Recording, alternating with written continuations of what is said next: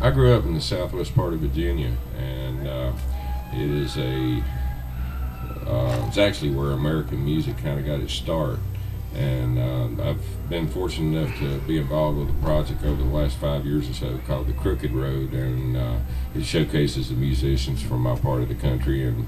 kind of talks about the history. And I've learned a lot from being involved in this program, and showcases, where it all came from in the colonial days and how the European fiddle and the African banjo kind of got together to start American music, and pretty much everything you hear today got its start in that area. And some of my family were on the original country music recordings that Ralph Peer did in Bristol, Virginia back in 1927.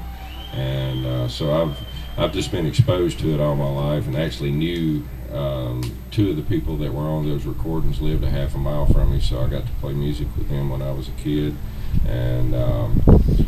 was influenced by old time music and a lot of bluegrass. And probably the one player that influenced me the most was a guy named Gene Parker, who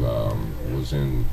my part of the country. He lived in the next county over, and any of you folks that followed a band called the Lost and Found back in the 70s and 80s, he was the banjo player for that band, and one of the most creative players around the Scruggs style that ever came across the board, and he